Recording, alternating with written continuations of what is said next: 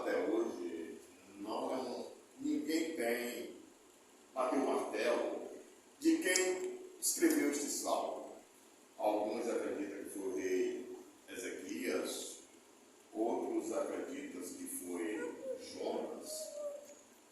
Mas esse salmo, ele demonstra que o escritor desse salmo era um homem que estava passando por um momento de aflição e de angústia, porque este salmo, ele descreve um sentimento que todos nós, adultos, vamos passar algum dia. Aqueles que já passou, como eu, já tive o meu momento de angústia na minha vida, mas aquele que não passou ainda vai passar. Porque, meus amados irmãos, o apóstolo Paulo, lá em 1 Coríntios, capítulo 13, versículo 11, Paulo vai dizer que quando ele era criança, ele pensava e agia como criança. Mas no momento que ele se torna adulto, ele tem que pensar e agir como adulto. E nós, quando nós nos tornamos adultos, nós passamos de uma fase de criança, deixando de ser filhos e passamos a ser pais. E a nossa vida adulta, ela tem enfado e canseira, como disse Salomão. E quando nós temos enfado e temos canseira, preocupações, responsabilidades, sempre vai chegar um momento que a angústia vai chegar. Não é se vai chegar, mas quando vai chegar. Porque todos nós, em algum momento das nossas vidas, vamos passar por angústias. Muitas vezes a angústia é a partir das nossas escolhas. Escolhas que nós fazemos que acaba não tendo um resultado que nós esperávamos, mas pelo fato de nós termos aquela responsabilidade com o filho, para as mulheres, com o marido, com a esposa, isso acaba nos trazendo em algum momento esse sentimento chamado angústia, que o salmista aqui classifica como um sentimento do inferno. É um sentimento que, na verdade, é uma ferida na alma que nos causa essa dor. E nós vemos hoje que muitas pessoas são enlaçadas, enredadas pelo Satanás nesses momentos de angústia, porque é o momento que nós nos sentimos fracos. E aí Satanás sussurra: se mata e este problema some da tua vida. Mas Satanás, ele é mentiroso, ele é enganador. Porque quando alguém tira a sua vida querendo se livrar de algum momento de angústia ou de sofrimento de dor desta vida, ela ali está prolongando aquele sofrimento por toda a eternidade. Porque nós não temos o direito de tirar aquele bem que Deus nos deu, que é a nossa vida. Então, a angústia, ela nos causa esta fraqueza, este momento de fraqueza espiritual, e é exatamente neste momento que Satanás usa para nos afligir. E o salmista aqui no versículo 1, ele vai dizer: ama ao Senhor, porque ele ouviu a minha voz e a minha súplica. Parece até que o salmista está fazendo uma barganha com Deus. Eu amo a Deus porque Deus ouviu a minha voz e a minha súplica. Mas não. O salmista aqui, ele estava fazendo um reconhecimento de uma palavra que está lá na primeira epístola de João, no capítulo 4, versículo 19, que o apóstolo vai dizer, ele escreveu: Deus, nós amamos a Deus porque Ele nos amou primeiro. Deus nos ama, meus amados irmãos, desde antes da fundação desse mundo. Ele já te escolheu, ele já te escolheu, minha irmã, desde antes da fundação desse mundo. Então é por isso que nós o amamos, porque Ele nos amou muito antes de nós o amarmos. Aqui no versículo 2, o salmista vai dizer: porque inclinou para mim os seus ouvidos, portanto invocá-lo-ei enquanto viver. Meus amados irmãos, quando nós recebemos a graça do Senhor, o livramento, que seja da angústia, que seja livramento, qualquer tipo de livramento, qualquer tipo de bênção do Senhor, nós não podemos no outro dia esquecer que esse Deus nos agraciou com bênçãos. E aí nós temos que servi-lo por todos os dias da nossa vida, para que ele esteja sempre na nossa vida, como Jesus foi chamado para aquele casamento. Aquela passagem, quando Jesus é convidado para estar no casamento, ali era um momento de alegria, de festa da vida daquele casal. Mas nós percebemos que ele chama Jesus não no momento de dor e aflição. Ele chamou Jesus antes. E o que é que Jesus fez? Não deixou o vinho acabar. Jesus transformou água em vinho, ali simbolizando a alegria, que o vinho na Bíblia ele representa alegria. Então, quando nós chamamos para Deus para a nossa vida, no momento que estamos bem, Ele vai manter o vinho, aquilo que representa a nossa alegria na nossa vida. Mas nós temos o hábito de só convidar Jesus para a nossa vida quando nós estamos na dor e na angústia ou no sofrimento. Então, mas Ele, pela sua misericórdia, Ele nos ouve, como o salmista está dizendo aqui no versículo 2, Ele nos ouve e responde às nossas orações, porque Ele é misericordioso, não que nós merecemos, mas Ele nos dá a sua graça, nosso Senhor e Salvador Jesus Cristo. Aqui no versículo 3, o salmista ele vai descrever este sentimento que é o sofrimento da alma, chamado angústia. Ele vai dizer aqui no versículo 3, cordéis da morte me cercaram. O salmista aqui ele está se referindo ao sentimento que antecede o momento da morte. Porque um angustiado, ele já se sente morto, ele já se sente derrotado. Eu estava vendo ontem uma entrevista de um rapaz que caiu num buraco, e ele, depois que ele foi resgatado, ele estava chorando aos prantos, e ele disse que ele sentiu ali uma angústia, porque ele acreditava que ali seria o fim da vida dele. E é esse o sentimento que a angústia nos causa. É essa dor como se fosse a dor da morte. Porque é um sofrimento que nós sentimos na nossa alma. Ainda aqui no versículo 3, ele vai dizer: e a angústia do inferno se apoderaram de mim. É um sentimento, meus amados irmãos, um sentimento da alma. É um sentimento que eu posso dizer por experiência própria, que ele parece que vai nos esmagando por dentro. Dói tudo por dentro, a gente sente essa dor na alma. E a vontade que a gente tem é de sair correndo e meter a cabeça no primeiro muro que achar, para ver se alivia aquela alma. É um sentimento que realmente, como o salmista ele descreve, é um sentimento do inferno.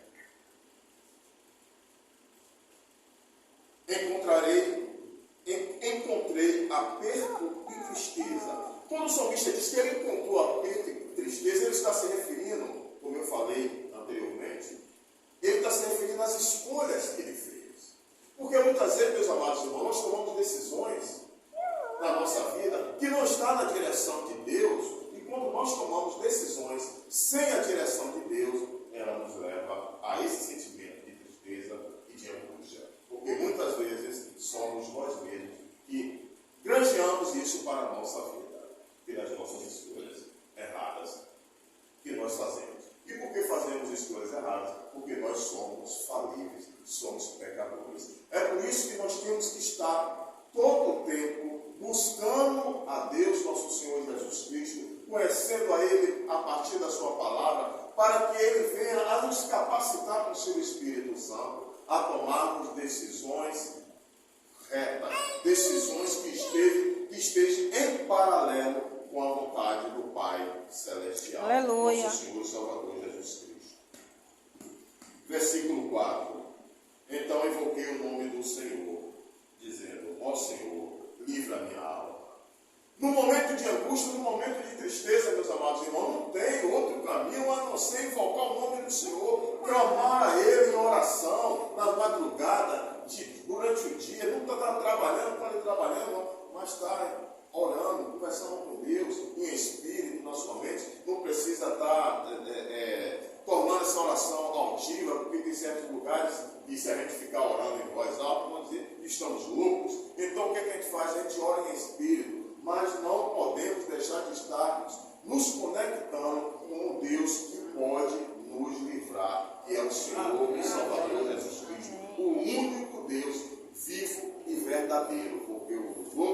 é tudo falso. Versículo 5. Piedoso é o Senhor e justo, o nosso Deus tem misericórdia, é o Deus misericordioso, tanto tem misericórdia que ele disse ao Pai que desceria e se sacrificaria por cada um de nós, porque o nosso Senhor e Salvador Jesus Cristo é um Deus misericordioso. A graça que ele nos proporciona ter é pela sua misericórdia que ele tem por cada um de nós. Versículo 6. O Senhor guarda os simples. Estava abatido, mas ele me livrou.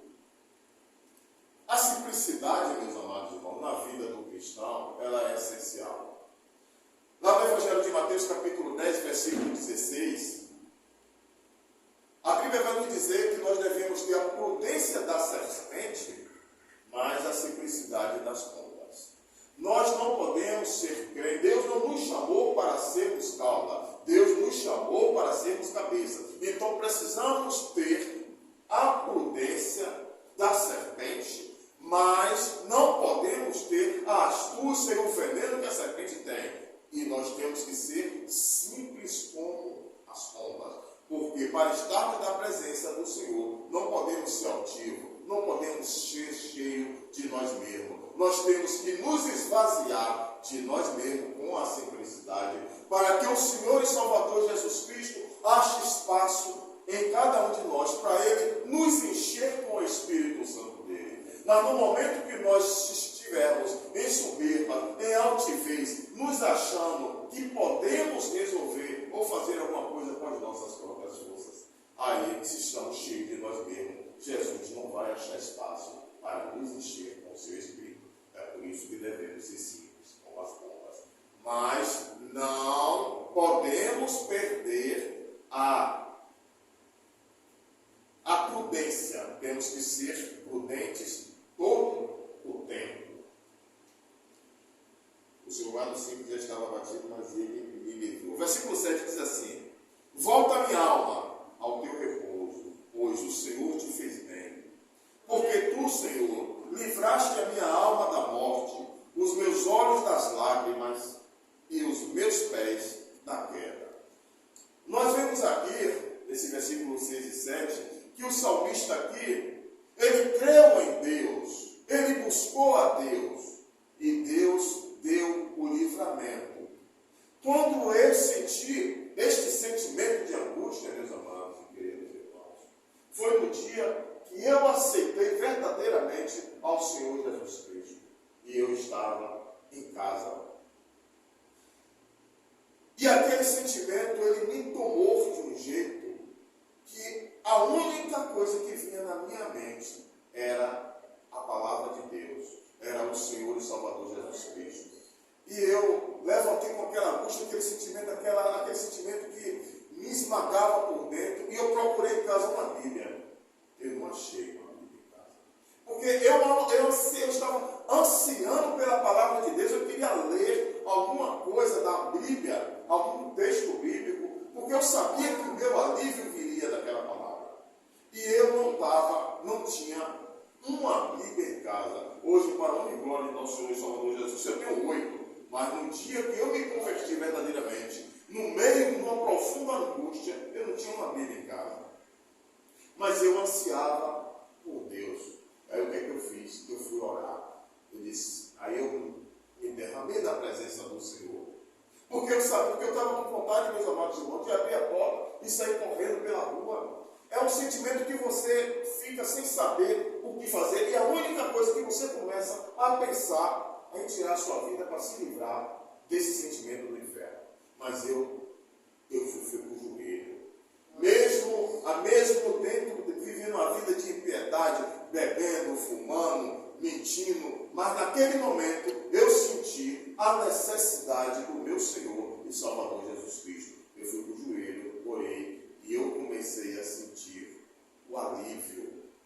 Mas eu levei, meus amados irmãos, a partir daquele dia, 3 dias sem comer nada, sem beber nada, porque o sentimento de angústia, ele tira o nosso apetite, tira a nossa sede. Eu não sei como foi que eu consegui ficar 3 dias sem comer absolutamente nada, e bebia um gole de água, porque o meu corpo rejeitava o alimento. Ali foi Deus me dizendo: você tem que matar as vontades desse corpo. E foi um jejum forçado que eu fiz, porque o meu corpo rejeitava alimento. Foi algo que eu percebi, eu entendi que aquilo era sobrenatural. Foi o chamado que o Senhor me deu, foi em meio a um sentimento de angústia. Porque eu sempre digo, ninguém, quando está bem, quando está com o seu trabalho, vivendo bem com a sua família, ninguém busca a Deus quando está bem. Quando nós estamos bem, na verdade, nós nem sequer se lembramos que Deus existe. Mas quando chega a dor e o sofrimento, nós socorremos para Ele, o Senhor e Salvador, Jesus Cristo. Versículo 9 ele vai dizer: andarei perante a face do Senhor na terra dos viventes. Este mundo que nós vivemos é a terra dos viventes. Mas o salmista aqui ele reconhece que sem Deus não dá mais para viver na terra dos viventes. Nós temos que andar na face do Senhor, perante a face do Senhor, enquanto Deus nos dá vida nesta terra, que seja 70 anos, 80 anos, 93 anos, como é o caso do pai da irmã Fernanda, minha esposa. Então, meus amados irmãos, nós temos que estar sempre na presença do Senhor, buscando a face de Deus, porque não há outro caminho.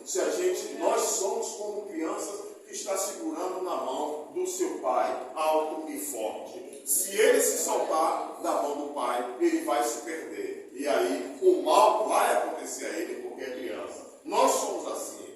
Nós não podemos nos afastar do nosso Pai Celestial, do nosso Senhor, porque nós somos como criança nesse mundo tenebroso que está aí fora.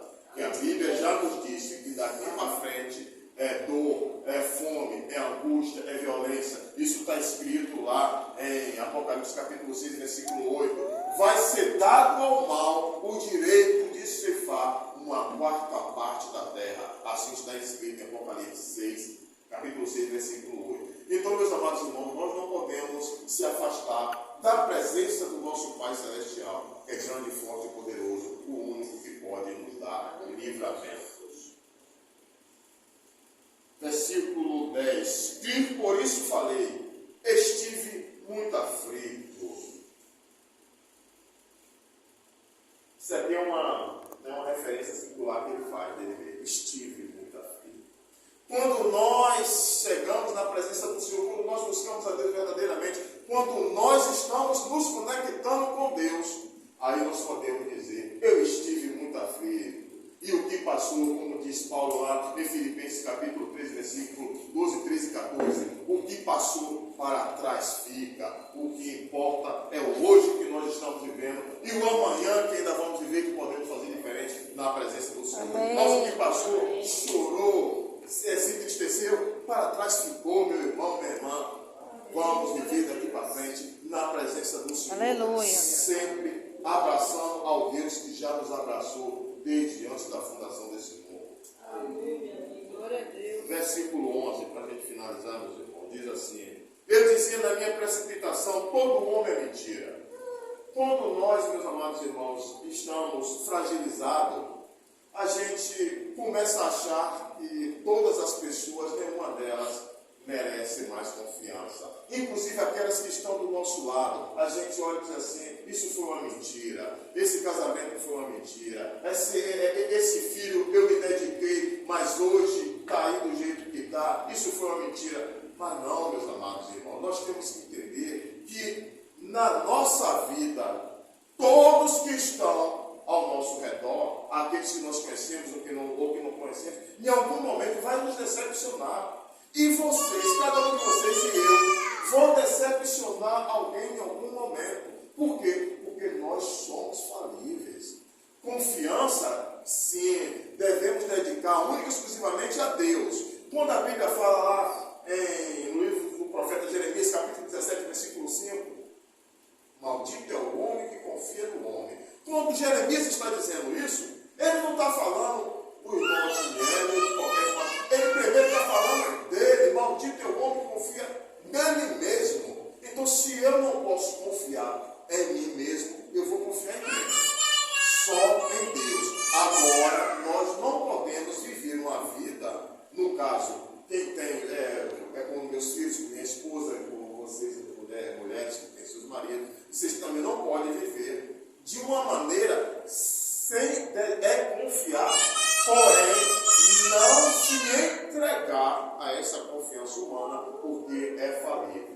se entregar de corpo, mente, alma e coração só a Jesus Cristo. Mas nós também não podemos viver com medo das pessoas que estão do nosso lado, porque elas são falíveis como nós.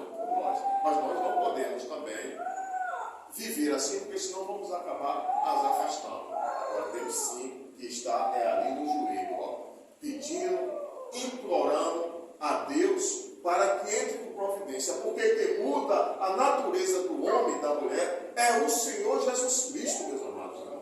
Nós não conseguimos fazer nada para mudar na vida de ninguém. Tem um filósofo, que eu não esqueci o nome dele agora, um filósofo grego, que ele disse o seguinte: teve um tempo que eu tentei mudar o mundo, mas eu percebi que eu não poderia mudar as pessoas do mundo, isso era impossível. Mas aí ele diminuiu. Ele disse: não, agora eu quero mudar, é a cidade que eu vivo, mudar as pessoas da cidade que eu vivo. Aí ele percebeu que mudar as pessoas da cidade que ele vivia, o modo de pensar, o modo de agir, era tão difícil quanto mudar o mundo. Aí ele disse: para mim agora só resta mudar as pessoas da minha casa. Aí ele percebeu que mudar as pessoas da casa dele, da família dele, era tão difícil quanto mudar a cidade ou mudar o mundo. Aí ele entendeu que ele primeiro, ele tinha que mudar para ele influenciar a família, para aquela família poder influenciar a cidade, e aí a cidade mudada poderia vir a influenciar o mundo. Então, meus amados irmãos, nós temos que entender que primeiro nós mudamos, primeiro nós buscamos a Deus, primeiro nós nos apegamos ao Senhor e Salvador Jesus Cristo, e os nossos familiares, quando nos ver com fidelidade a Deus e ver o agir de Deus na nossa vida, aí eles vão começar a ser influenciados. Porque a Bíblia vai dizer lá em Mateus, capítulo 5, versículo 14, 15 e 16, que nós somos uma luz dentro de casa. E se nós temos que estar no velador, porque a luz do velador, ela vai clarear toda a casa. Então, seja luz, meu irmão, seja luz, minhas irmãs, porque vai influenciar a casa de vocês com a mudança que Deus vai lhes proporcionar. Amém, meus amados? Amém.